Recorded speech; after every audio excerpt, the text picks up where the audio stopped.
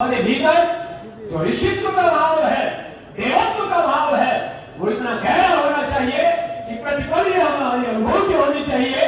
जो मैं हर रोज बोल में कहता हूं, हमारा जीवन कैसा हो, हमारे पूर्वजों जैसा हो। मैं राम का, कृष्ण का, हनुमान का, शिव का, लक्ष्मी, दुर्गा, सरस्वती, भगवती, जगदम्बा का मैं साक्षात विग्रह हूं, ऋषि दयानंद का विग्रह हूं, उनका मूर्त रूप, उनका प्रतिरूप, उनका प्रतिनिधि हो, उनका उत्तराधिकारी हो। और इस संकल्प के साथ जो मेरा उत्तरदायित्व है उसका मुझे निर्वहन करना है और उसने अपने पूरे जीवन को तबाह किया।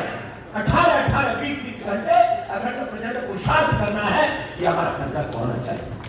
तो ये शिक्षा की गुलामी, चिकित्सा की गुलामी, वो लिखाया जा रहा है।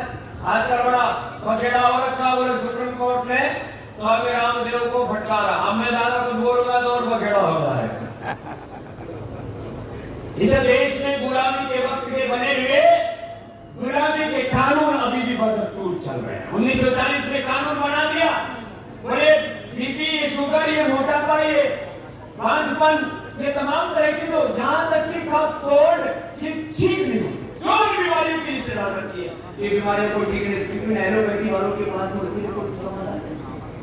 और उसी क्योंकि योग से, आयुर्वेद से, सनातन धर्म से नेहरू जी नफरत किया करते थे, उसी कानून को वापस टिप दिया, उसको जू का तो वापस थोप दिया हिंदुस्तान पर 1954 में।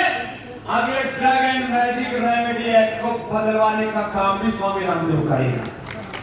झूठे कानून आ गए और फिर हमको फटकारते, ललकारते, अरे हम किसी ज्यादा बोल गए मामला को खतरा खतरा खतरा तमाशा चल रहा है। तो चिकित्सा की भी गुलामी है। जब किसी को कुछ भी तकलीफ हो जाए, ले लो पैरासिटामोल, ले लो क्रोसिन, ले लो ब्रूफेन, ले लो कोई भी पेन किलर, ले लो कोई भी बायोलॉजिकल स्टीरॉइड, और इनसे हमारा जिस्म जल जाता है। हमारा शरीर जिस तरह ने प्रकृति परमेश्वर ने बनाया है, ये body is not synthetic, body is 100% natural. Why you are taking the chemicals and different steroids, painkillers and synthetic medications? ये शरीर को देवालय है, ये शिवालय भगवान का मंदिर है। ये शिक्षा की गुलामी, ये चिकित्सा की गुलामी, ये वैचारिक सांस्कृतिक गुलामी, जो भी अच्छा है पश्चिम से है और जो भी घटिया है हमारा, महर्षि दयानंद ने इस बात को नकारा। आज से 200 साल पहले कहता वो इस देश के महामानव को, महायोगी को, उस जिन्होंने वेद धर्म, ऋषि धर्म और राष्ट्र धर्म की अलग ऐसी जगाई कि अब आने वाला जो वक्त है। और एक बात और कहता हूं, ये देश का तो संविधान, देश के 2 संविधान है। एक है हमारा राजनीतिक संविधान, जो लोकतंत्र है, जिसमें हम इंडिया का कॉन्स्टिट्यूशन कहते हैं, जिससे चलता उस संविधान की भी मूल आत्मा महर्षि दयानंद के विचारों से अनुप्राणित है। वहां पर जात पात का भेदभाव नहीं है, ये जात पात नहीं होना चाहिए। ये देश को सूत्र मंत्र, ये जागरण किसने दिया? महर्षि दयानंद। भवानीलाल प्रसाद के नाम कौन था? भवानीलाल, हाँ, भवानीलाल भारतीय नवजागरण के प्रोग्राम गुरुकुल में थे, तब पढ़ा उनका वो ग्रंथ।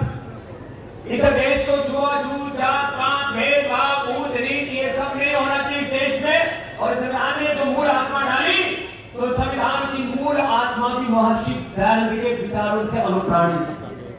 एकत्व का भाव, एकत्व में पश्चाता, ये महर्षि दयानंद से प्रभावित है। और हर बात में साइंटिफिक टेम्परामेंट हमें रखना है, वैज्ञानिक सार्वभौमिक और सार्वत्रिक दृष्टिकोण रखना है, ये महर्षि दयानंद।